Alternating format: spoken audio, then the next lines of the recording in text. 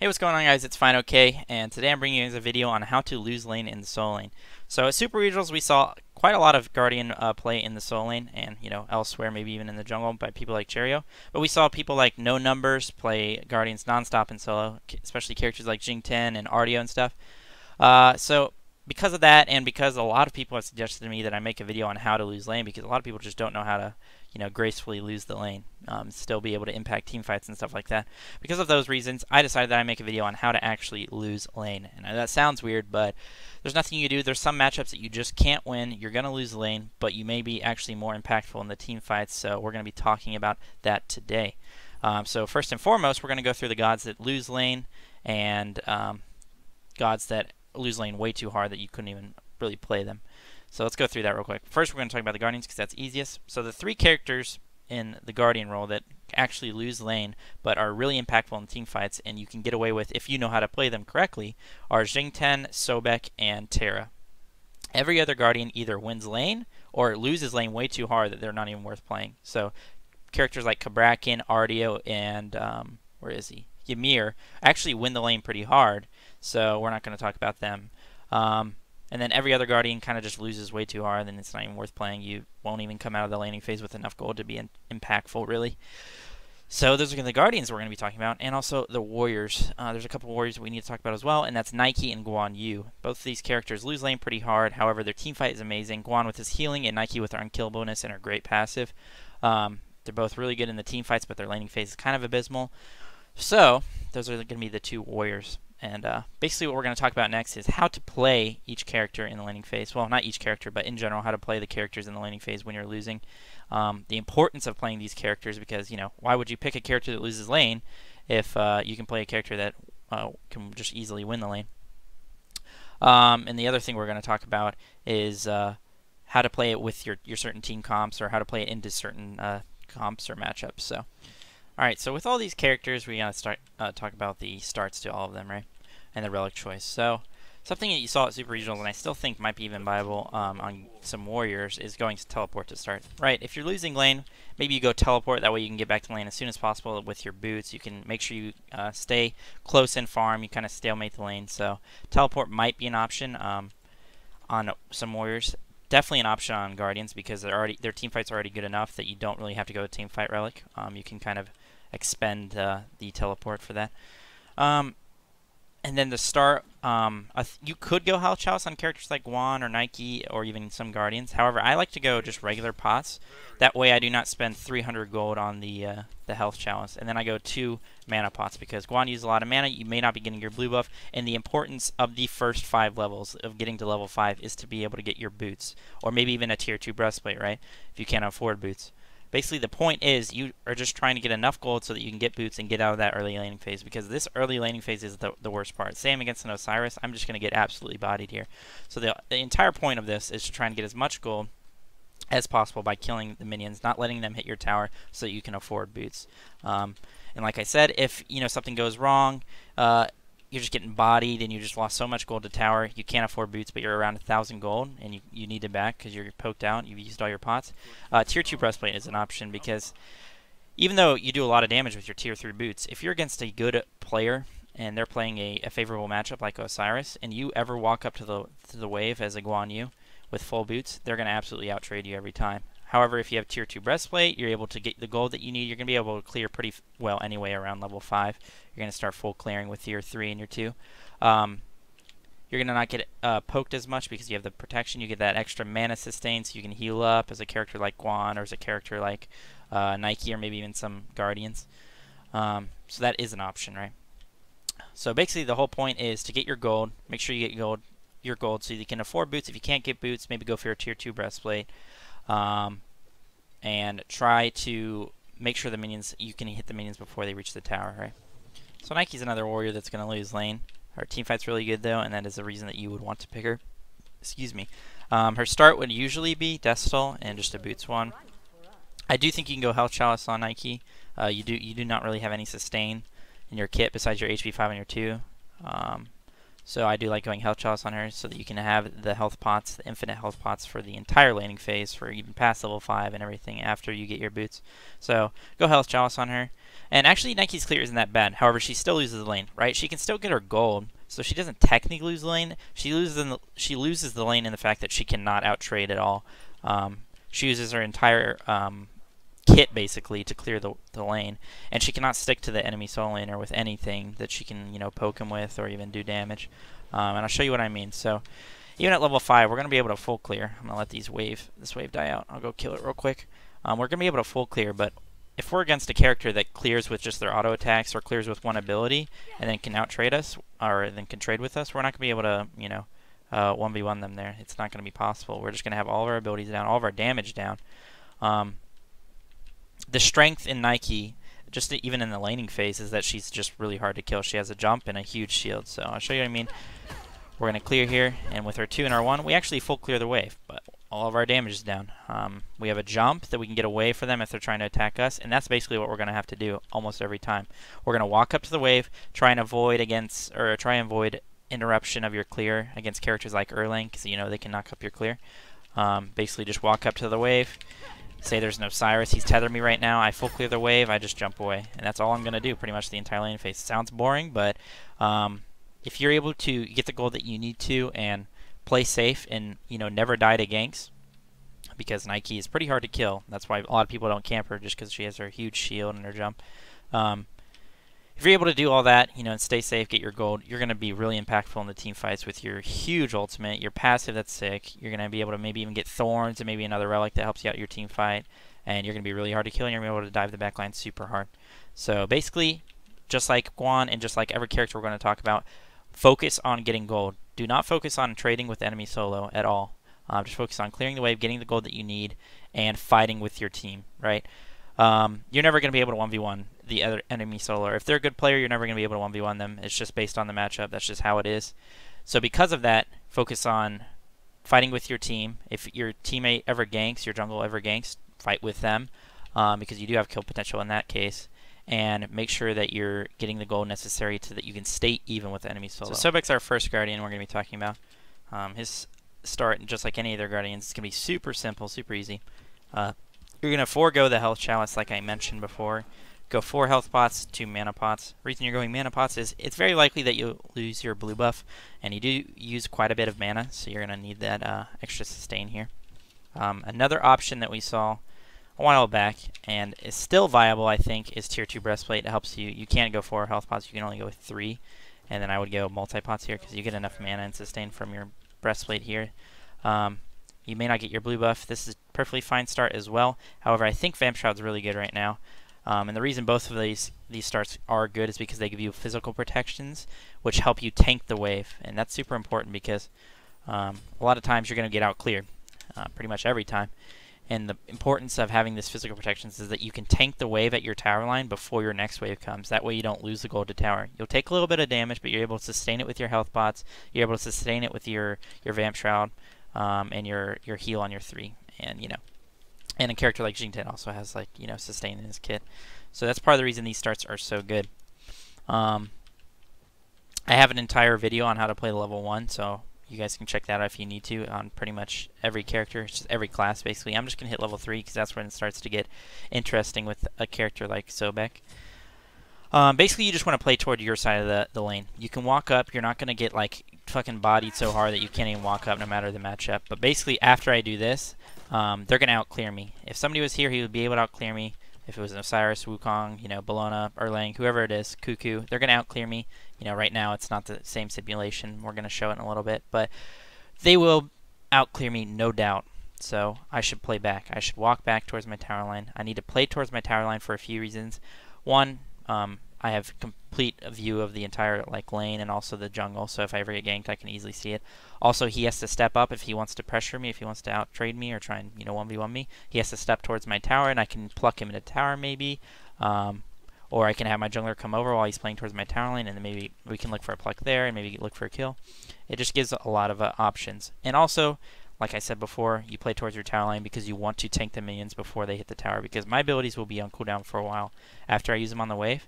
So I need to make sure that I'm autoing them and making sure they die to my wave that I've waited to come. You know, I've waited and tanked the minions so that my other wave could reach. That way I can get the gold that I need to. That way I can afford my boots and play from there. This beginning is the hardest part, like I mentioned. So once you get past that, level 5, mark level 6, you're going to be in a fine spot. Alright, so basically this is a matchup Xing Tian versus Polan. This is actually a pretty good matchup for Xing Tian. Like, with Xing Tian, you can easily walk up to the wave and just dash away. So he's one of the Guardians that's okay with this. Like, this is probably what's going to happen most of the time. You're just going to get pressure in that regard because they're going to out-clear. But the point of this, or playing the Guardian, is just get as much gold as possible under tower. Like right here, I'm going to try and get all this gold. Make sure I got all 3. And you just got to make sure that when the tower targets one of the minions, that's the minion you're going to try and kill. So he's going to out-pressure me again. I'm not going to be able to clear this wave before he full clears my wave. I'm just going to try and get as much damage on it, try and clear these front minions so that they don't die to tower. I still have my jump, so the point is to get as much gold as possible. So I'm going to jump on these and jump away. I'll take a little bit of damage, but that's okay. I'll be able to get these minions. Take a little bit more damage here. I can pop a health pot, but I need to keep these minions out from hitting the tower because I want to get that gold. Took a tower shot there. By the way, I'm against Neil right now, so. Alright, so now I have 2 points by 2. I still won't be able to out-clear. I can knock up his bludgeon if I want to, like that. Right here, I can hit him and the wave. Do a little bit of poke on him. Just make sure at every point, just getting as much gold as possible. That's all that matters when you're in a losing matchup.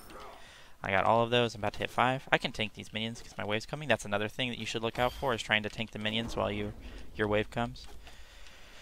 And I'll hit 5 here, so that's another thing. With a lot of these characters like Xing Tian and Sobek and all of them, you're playing a lot towards your tower line. I just need to play back a little bit here because I'm pretty poked. You're playing a lot towards your tower line, so you have abilities that flick them into tower, like a Sobek pluck, a Xing Tian ult, you know, stuff like that. So I'm going to ult him. He's going to use his ult. That's fine. Oh, and I actually pulled him here. Do a lot of damage to him. And, you know, since I have TP, I could easily TP back to this lane. Something you'll also notice is I didn't go Health Chalice. That's because that would put my boots behind a lot. And since I didn't go Health Chalice, I already have enough gold for my cooldown boots. Now, on every Guardian and every character that basically loses lane, that is a Guardian, I guess, so only Guardians, I like to go cooldown boots.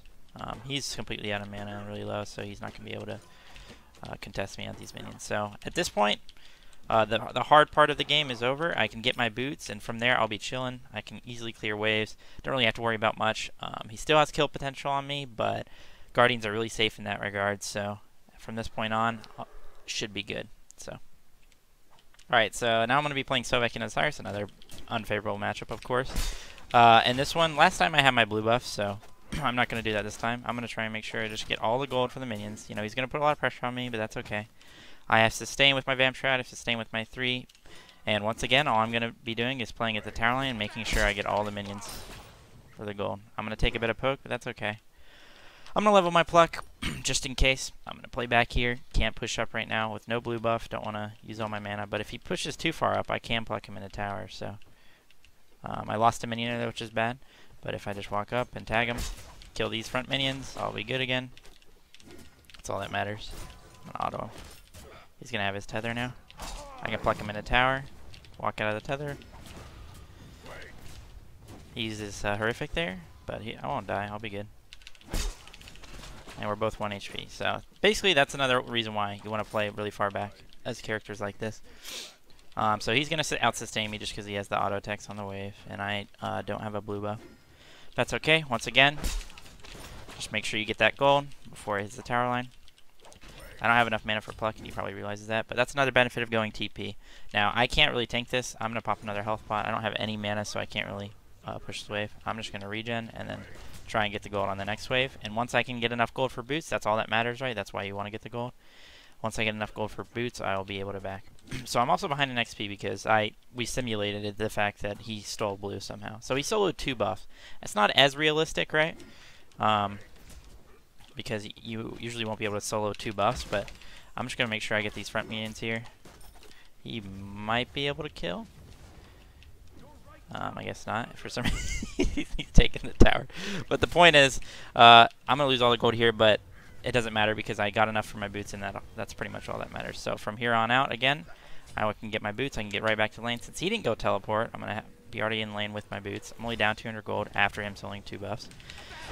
And once you have ult as Sobek and boots, you're going to be in the best spot ever. So even though I got behind a little bit of gold and I lost lane a little bit, I lost a little bit harder than I should have just because he soloed 2 buffs like I mentioned. I was able to play towards my tower line. I was able to get the gold that I needed. I made sure I killed the minions that were already hurt because I'm not going to be able to kill the minions from full health, right? That'll take way too much time. And I got my gold before I hit the tower. When I could. But when I couldn't and I was too poked and I was afraid of dying or afraid of getting way too poked out that I would have to back, I just backed up. So that's basically how you play laning phase with Sobek, Xing, and pretty much any character that's going to lose lane. So now that I'm in this spot, I can kind of do whatever I want. He can pluck me, and he can tether me, and I can just pluck away. And you know, if I have to, I can always just ult the wave. Like I'll probably just ult the wave here. He misses too. This is fine. That's his ult. Trade ult for ult. It's really good. I tried to pluck him there, but I went through him. I can pluck him away from the minions, so it'll take even more damage. So basically, from here on out, you're going to be in a fine spot. His ult's down, my ult's down, no problem. So yeah. Also, another thing that can help you stay even in the laning phase and help you clear and stay in the lane for as long as possible is your build path. So I'm not going to talk about the entire build, but I'm just going to talk real quickly about why we go the builds that we do, or at least the boots. Shoes of the focus. So I like to go cooldown boots on my guardians every time. That's because the extra mana is really nice. The cooldown's really sick because, you know, yes, pen boots is really good on guardians because you do have a lot of base damage. However, if you're putting out more CC abilities, if you're putting out more clear, because you know the pen's not really big for the clearing of the waves and everything, if you're having that extra mana that you can use to stay in the laning phase for maybe an extra 3 waves because of 250 mana, all that stuff is much more important in slow lane than the actual pen boots. The only character that I would go pen boots on is Kabrakan, just because he does so much damage with the pen boots. So that's the only character I would do that with. But I would go cooldown boots into breastplate every time if against a physical, and then I would probably go straight into Stone Guy because Stone Guy is really good right now. And just these 3 items right here, you're going to be able to stay in the laning phase forever. Like you could literally stay there forever because you have the max cooldown with your blue buffs. You're going to be throwing out your 3 a ton. You're going to be able to sustain a bunch. You're never going to be running out of health because you're a Stone of Gaia passives. And then also you're never running out of mana because if you get to low mana somehow with this much mana and sustain, you can just ult and you're going to go all the way back up. That's for Sobek. You know, same thing with Xing. You should be never running out of mana with these 2 or all 3 of these items because this even has MP5 on it and a blue buff. So at this point in the game, you're basically hitting a huge power spike because you're going to stay in the lane forever. You're not going to get out traded at all. This is the point in the game where you might be able to out trade and you can 2v2 with your jungler. And this is the point where you're getting to that part of the build where you're like going to be doing an immense amount of damage in the team fights. So I guess I'll finish it out real quick. So I'd probably go Voidstone here into something like Stone of Binding. Maybe Stone of Binding here instead. You know, Stone of Binding. Let's see if I can build it. Yeah, maybe Stone of Binding here instead, and then Voidstone. And then, you know, a situational last time, whatever you need, depending on if that hunter's wrecking you, maybe a Midgardian. If you need, maybe you can go more damage, you're not getting focused at all, you're just owning. You can go like an Ethereal here, or, you know, maybe a Mantle, maybe a Magi's, you know, whatever you need. It's going to be a situational last item. So that's kind of how you build in a matchup where you're kind of losing the lane. Next, we're going to talk about why we would even pick these characters, right? Because if they're going to lose lane, you know, what's the point in picking them? There's a couple of reasons why we would pick them. The main reason is their late game is really good. It kind of flows into the second reason in that their team fight is really good. They have some way that they impact the team fight in a way that's just amazing, and you would want that on your side, even if they would lose lane. Or, actually maybe even a third reason, they're pretty much unkillable, which I guess would make their team fight really good, and I guess would make their late game really good. But that's another reason that they're very, very hard to kill. So we'll just go through the characters and talk about each specific strength in that regard. So for Guan Yu, his strength is his healing. The reason you would pick Guan Yu and give up a laning phase is that you would have the sustain in the team fights. You can heal out of combat and out-sustain the enemy team, and that can single-handedly win you the game. So that's Guan. For Nike, she has a couple things. She's really hard to kill. She's pretty much unkillable. Her late game is really good because she has these achievements that help her team out, you know, give her bonus movement speed, bonus power, and all that. And also, her ult's insane in team fights. There's not a single other character in the game that can have such a huge shield, right? It's literally a 60% of her max health if you have the 2 on.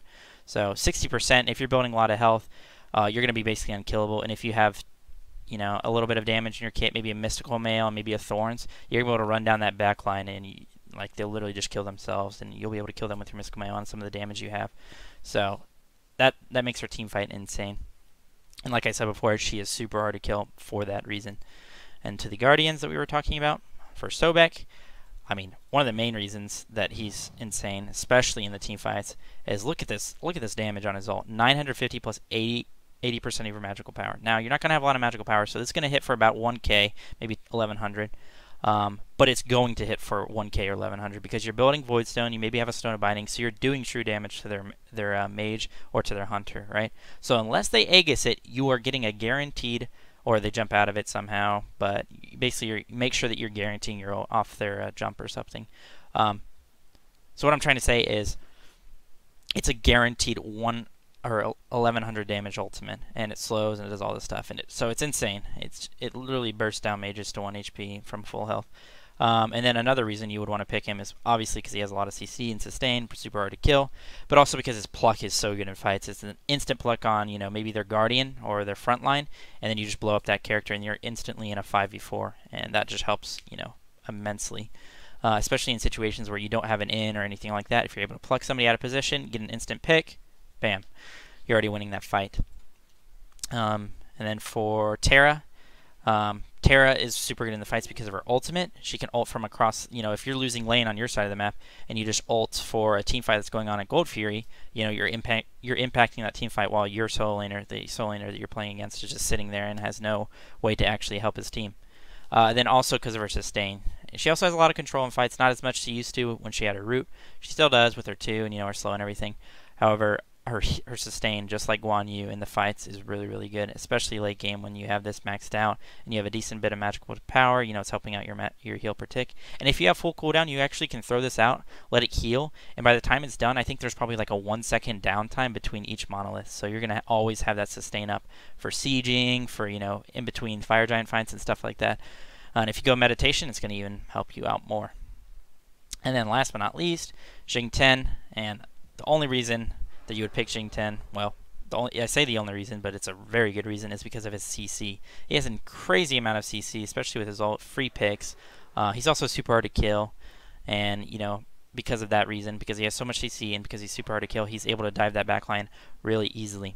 And with just a full cooldown build, no magical power whatsoever, just have the only magical power in your build is your Voidstone and your cooldown boots, you're able to do a lot of damage with your Furious Roar,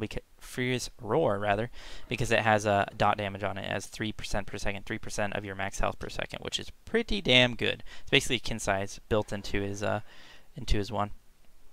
So because of that, or because of those reasons, that is why Xing 10 is picked as well, even though he may lose the laning phase just a little bit. But even though we talked about how these characters lose the laning phase and their team fight is really good, do keep in mind that once you get your boots and maybe you get your first defensive item, all of these characters will be in a fine spot if you know how to play them. Even Guan Yu, even Nike, like I said, once you get your boots and everything, you're going to be able to full clear the wave and back off and be in a fine spot. And a lot of these characters have sustain in their kit, so you're not going to get out traded that hard. The real tough part is the first few levels. The first, from probably level 2 to level 6 or 7. That's when you need to make sure that you're not getting behind too much gold. If you're behind 400, 500 gold at that point in the game, it's going to be real tough. Because the point is you want to get your boots, come back to the lane, and do the same thing. Just keep clearing, getting that gold so that you can get enough gold and stay neutral, keep the lane stalemated so that you can come into the team fights at least a little bit behind, maybe even neutral, so that you can impact the fights more than, let's look at some of the characters that may not impact the fight as much as you.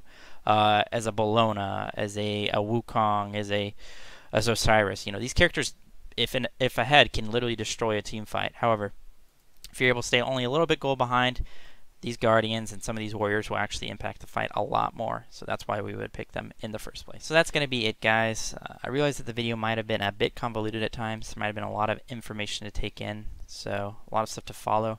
So real quick, I'm going to summarize everything that we talked about in the video with 6 quick little tips or tricks or guidelines basically to keep in mind when you're in an unfavorable matchup like these. The first thing, this isn't in order of importance by the way, the first thing is getting your gold from the minions. Make sure that you're getting the gold that you can from the minions that you're actually able to kill. Do not try and, at level 3 as a Xing 10, try and, full clear the brute minion. It's just not possible. Make sure you let that brute minion tank the wave so that you can get the back minions, the archers. 2 is avoid unnecessary poke. For example, in that past clip, I wasn't really focusing, and you saw that I just sat in the wave when I knew Neil on Osiris would throw his 2 out at me. You just need to avoid unnecessary poke like that, especially in a matchup like this, but in any matchup for sure. The third thing is kill the minions targeted by the tower. That means the minions that are under the tower line, they're getting targeted by the tower. You see that the shot's coming. If it's one hit, make sure you hit it before the tower hits, because that'll reset the tower, and it'll take another second before it aggroes, or I guess targets the next minion. That way you can maximize your efficiency of killing the minions under the tower. That way, like, you make sure that you get them before the tower hits them, and that way you don't lose the gold. The fourth thing is going to be only trade towards your tower line. So like I talked about a million times in the past clips of this video, is stay towards your tower line for a few reasons. That way you don't have to walk across the entire lane to get to the safety of your tower. You know, you're always right next to your tower, so you have that safety because you are in an unfavorable matchup, and also because a lot of characters that you're playing can, you know, maybe pluck them into tower, get them into tower with their ult, like Xing 10, or, you know, stuff like that. Maybe even a character like Hercules, even though that character doesn't lose lane. Basically, play towards your tower line.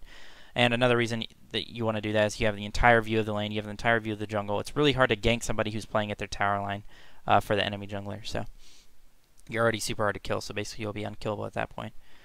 But make sure you're always in I guess, range of the minions dying, because you don't want to lose out on gold just for the minions killing themselves. And then number 5 is focus on the wave clear. You know, make sure it kind of ties in with number 1, getting gold from the minions, and, you know, playing towards your tower line. But basically this means don't trade poke, because you're usually not going to win the poke trade. Basically just focus on clearing only the wave. That way you can get the gold, that way you can get the items that you need, so you can get to a point, so you can get to a point where you can actually out trade, because you're not going to be able to out trade early 100%. So focus on clearing that wave as much as possible. And this ties in with number 5, fight with your team mostly, or if your enemy solo laner makes a mistake. Maybe he comes into lane half health and you have your ultimate up, and, you know, maybe his horrific or his sprint is down or something, so maybe you can capitalize off that. But only if they make that mistake or make themselves vulnerable that you can capitalize, right? You have to notice these advantages. But in general, fight with your team and do not trade with them, because you usually won't win the trade unless they make an obvious mistake. So that's going to be it, guys. Those are their 6 tips and tricks for that. Hope you guys enjoyed the video. Like I said, I do realize that the video might have been a bit convoluted, a lot of information to take in, so if you have a question or comment or anything like that, leave it down in the comments below, and I will respond, I promise, unless it's a really, really stupid question. Just kidding. But yeah, so just leave a question down below. I will answer it.